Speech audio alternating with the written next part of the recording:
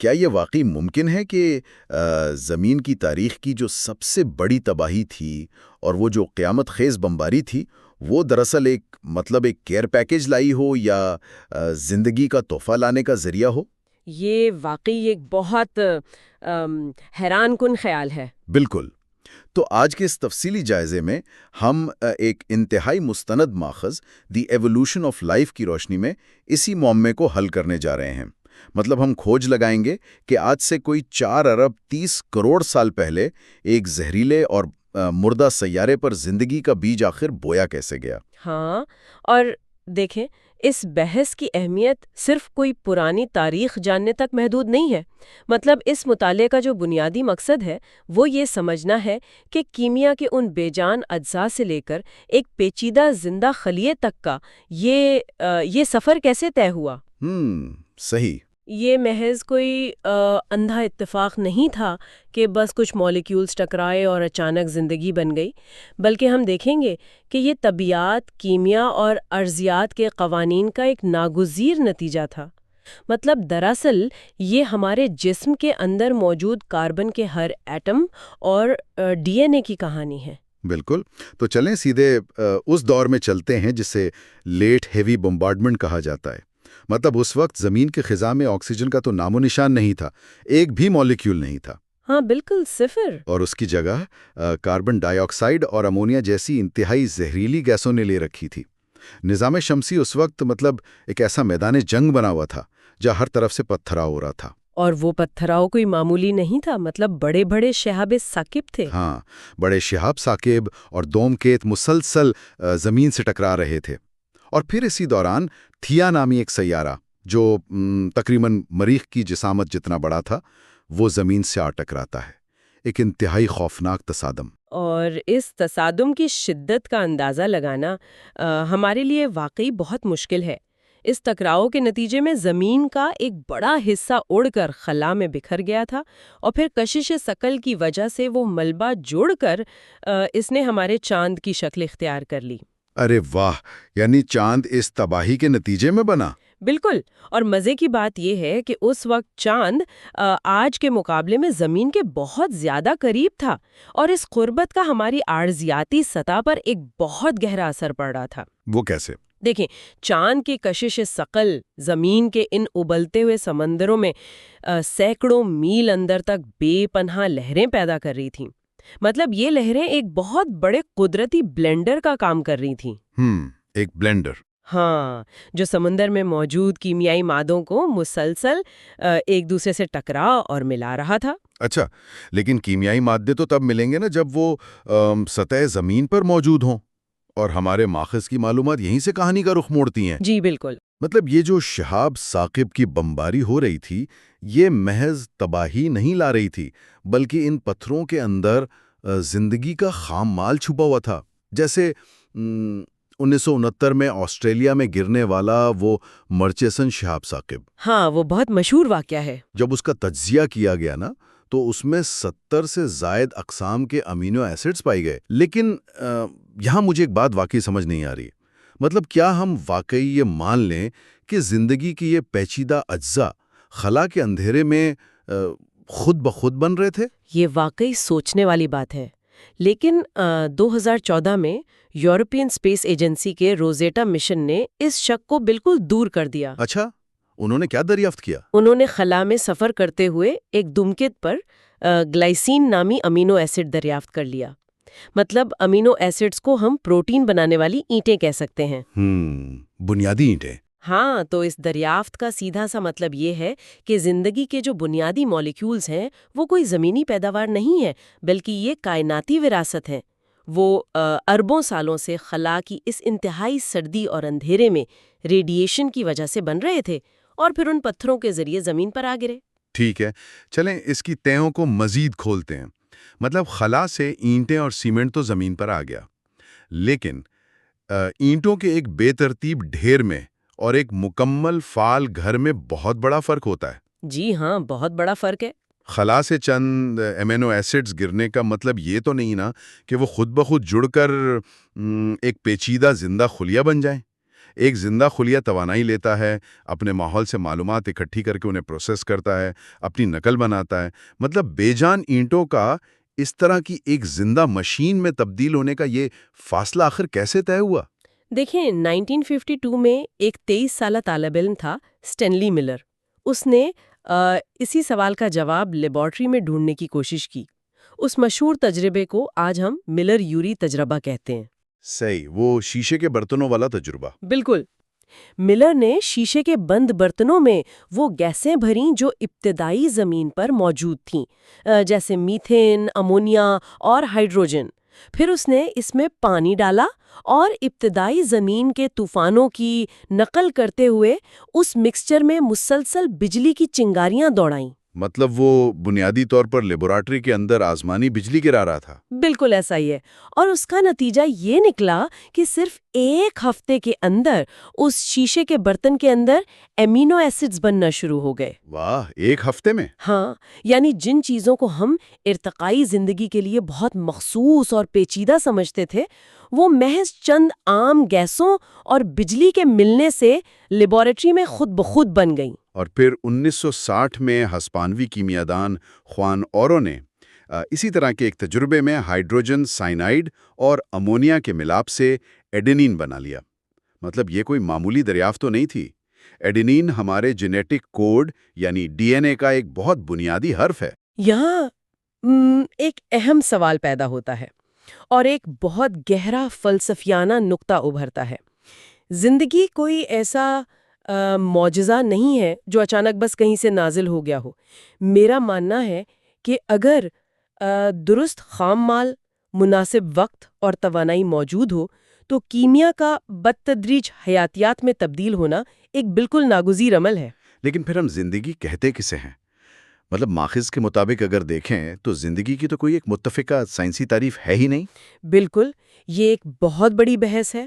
NASA کی تعریف کے مطابق اگر دیکھیں تو زندگی ایک ایسا کیمیائی نظام ہے جو خود کو برقرار رکھ سکے اور ڈاروینین ارتقا کر سکے، مگر اس پیمانے پر تو ایک خچر زندگی کی تعریف سے باہر ہو جائے گا۔ ہاں، کیونکہ خچر تولید نہیں کر سکتا، اپنی نقل نہیں بنا سکتا۔ بالکل۔ یا پھر چلیں آگ کی مثال لے لیتے ہیں۔ آگ ایندھن کھاتی ہے، آکسیجن لیتی ہے، تیزی سے بڑھتی بھی ہے، اپنی نقل بھی بناتی ہے اور ماحول کے مطابق رد عمل بھی دیتی ہے۔ تو کیا ہم آگ کو زندہ کہہ سکتے ہیں؟ نہیں، آگ یقیناً زندہ نہیں ہے، لیکن آپ کا یہ سوال اس بات کو واضح کرتا ہے کہ زندگی کوئی ٹھوس چیز نہیں ہے جسے آپ کسی ایک خانے میں بند کر سکیں، بلکہ یہ دراصل ایک پروسیس ہے، ایک عمل ہے۔ ایک پروسیس۔ ذرائع میں جو دریا کی تشبیہ دی گئی ہے نا، وہ اس کی بہترین وضاحت کرتی ہے۔ مطلب بارش کے قطرے جب گرتے ہیں تو وہ مل کر ایک چھوٹی ندی بناتے ہیں اور پھر وہ ندی ایک بڑے دریا میں بدل جاتی ہے۔ اب اگر کوئی پوچھے کہ بھائی عین کس مقام پر یا کس لمحے پانی نے دریا کی شکل اختیار کی، تو اس کا کوئی ایک جواب نہیں ہو سکتا۔ بالکل نہیں ہو سکتا۔ کیمیا نے بھی بالکل اسی طرح آہستہ آہستہ قدم بقدم حیاتیات کا روپ دھارا۔ دریا والی بات تو ٹھیک ہے، لیکن دریا کو بہنے کے لیے کشش ثقل کی ضرورت ہوتی ہے۔ مطلب بغیر کسی بیرونی قوت کے پانی تو خود بخود نہیں بہتا نا۔ اس ابتدائی کیمیائی عمل کو چلنے کے لیے توانائی آخر ملی کہاں سے؟ یہ ایک بہت اہم نقطہ ہے۔ کیونکہ سطح زمین کا ماحول تو اس وقت الٹرا وائلٹ شعاؤں اور شہاب ثاقب کی مسلسل بمباری کی وجہ سے مطلب کسی بھی کیمیائی ڈھانچے کے لیے انتہائی غیر مستحکم تھا۔ اس کا جواب ہمیں حرکیات یا جسے ہم تھرمو ڈائنامکس کہتے ہیں اس میں ملتا ہے۔ MIT کے ایک ماہر طبیعیات ہے جیرمی انگلینڈ، انہوں نے اس حوالے سے ایک کمال کا نظریہ پیش کیا ہے۔ اچھا، وہ کیا ہے؟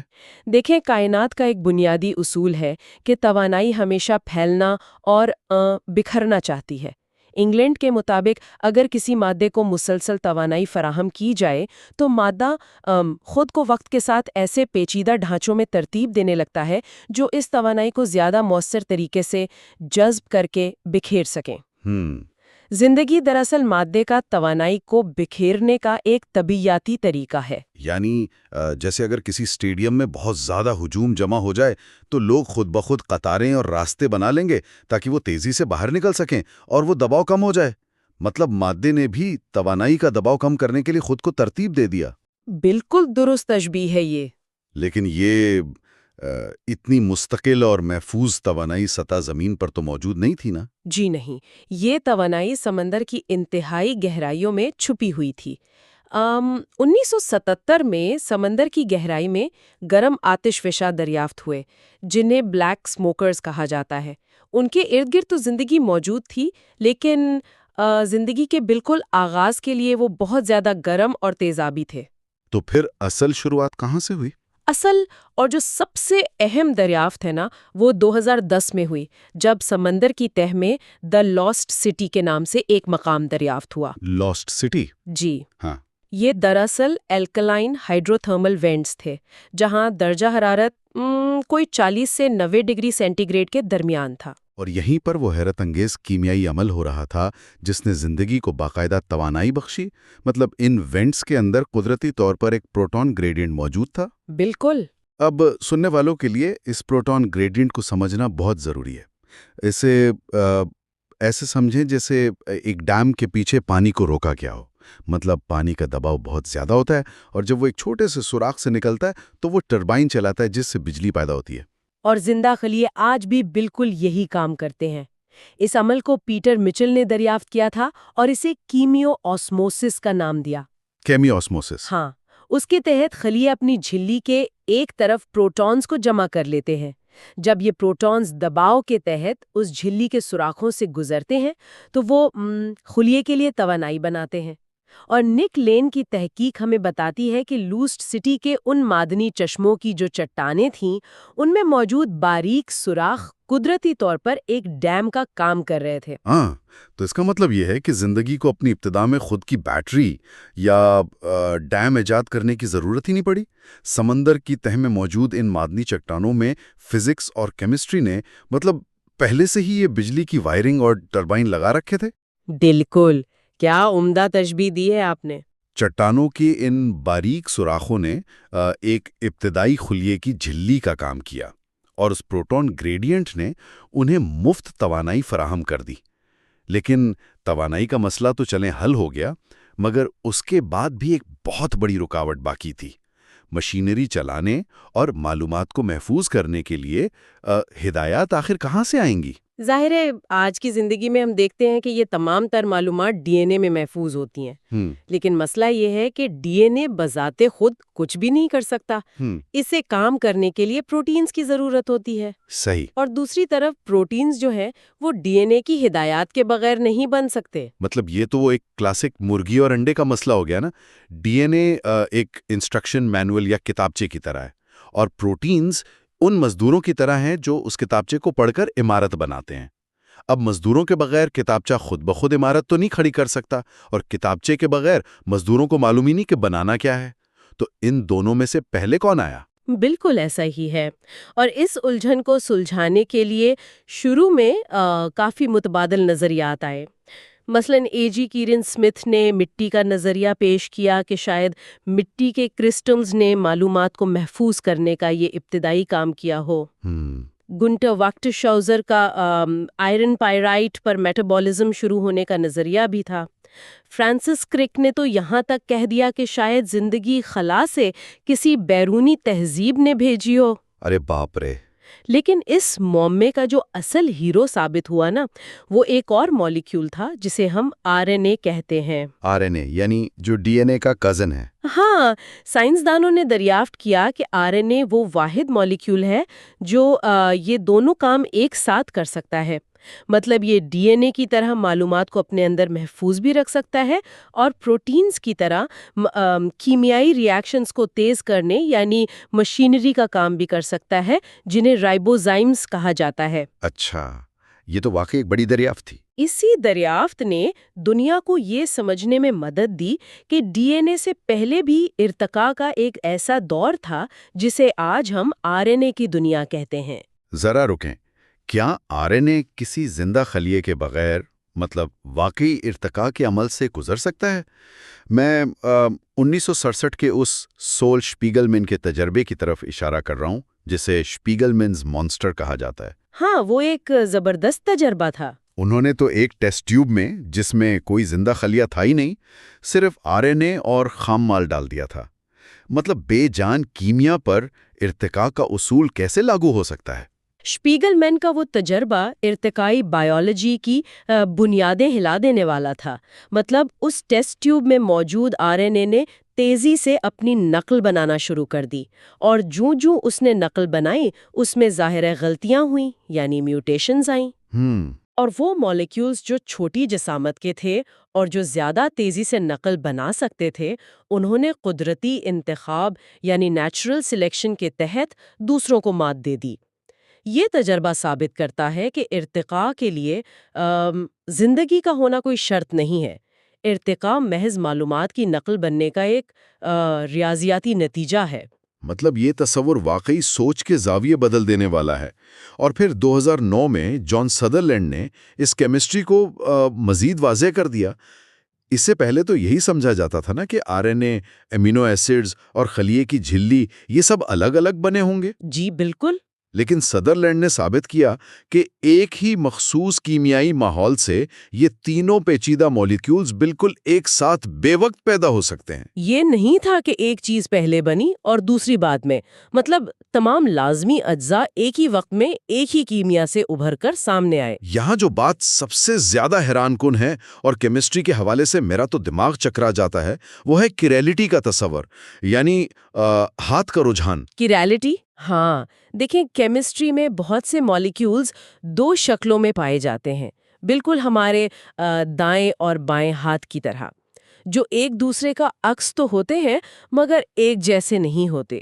جب لیبارٹری میں عام کیمیائی عمل ہوتا ہے تو ہمیشہ 50% دائیں ہاتھ والے اور 50% بائیں ہاتھ والے مالیکیولز بنتے ہیں۔ اچھا، تو اس میں مسئلہ کیا ہے؟ مسئلہ یہ ہے کہ اگر آپ دائیں اور بائیں ہاتھ والے مالیکیولز کو ملا کر ایک بائیولوجیکل ڈھانچہ بنانے کی کوشش کریں گے تو وہ آپس میں جڑ کر فولڈ ہی نہیں ہو سکیں گے۔ بالکل صحیح سمجھے آپ۔ یہ تو بالکل ایسا ہو گیا جیسے آپ مختلف ساخت کے لیگو بلاکس کو آپس میں جوڑنے کی کوشش کر رہے ہوں، وہ دیوار تو لازمی گر جائے گی۔ یہی کائرالٹی کا کمال ہے۔ دنیا کے ہر زندہ وجود میں، چاہے وہ سمندر کی گہرائی میں موجود کوئی بیکٹیریا ہو یا ایک انسان ہو، ہر پروٹین صرف اور صرف بائیں ہاتھ والے یعنی لیفٹ ہینڈڈ امینو ایسڈ سے مل کر بنا ہے۔ اور RNA اور DNA یا RNA کے اندر موجود ہر شوگر مالیکیول صرف اور صرف دائیں ہاتھ والا یعنی رائٹ ہینڈڈ ہے۔ اس کی کوئی طبیعتی مجبوری نہیں تھی کہ بس ایسا ہی ہو۔ کائنات میں بس ایک بار یہ انتخاب ہوا، یہ حادثاتی فیصلہ ہوا، اور اربوں سالوں سے آج تک زندگی نے اس اصول کو نہیں توڑا۔ یہاں یہ بات واقعی بہت دلچسپ ہو جاتی ہے۔ اس کا مطلب ہے کہ آج زمین پر موجود تمام زندگی، تمام ارتقائی سفر کی جڑیں اسی ایک مخصوص لمحے اور اسی ایک کیمیائی فیصلے سے جڑی ہوئی ہیں۔ یہ اس بات کا مطلب جیتا جاگتا ثبوت ہے کہ زمین پر تمام جانداروں کا نقطہ آغاز بس ایک ہی ہے۔ جی بالکل ایک ہی ہے۔ تو ہمارے پاس معلومات یعنی RNA، توانائی یعنی پروٹون گریڈینٹ اور اجزاء یعنی امینو ایسڈز، یہ سب تو آ گئے۔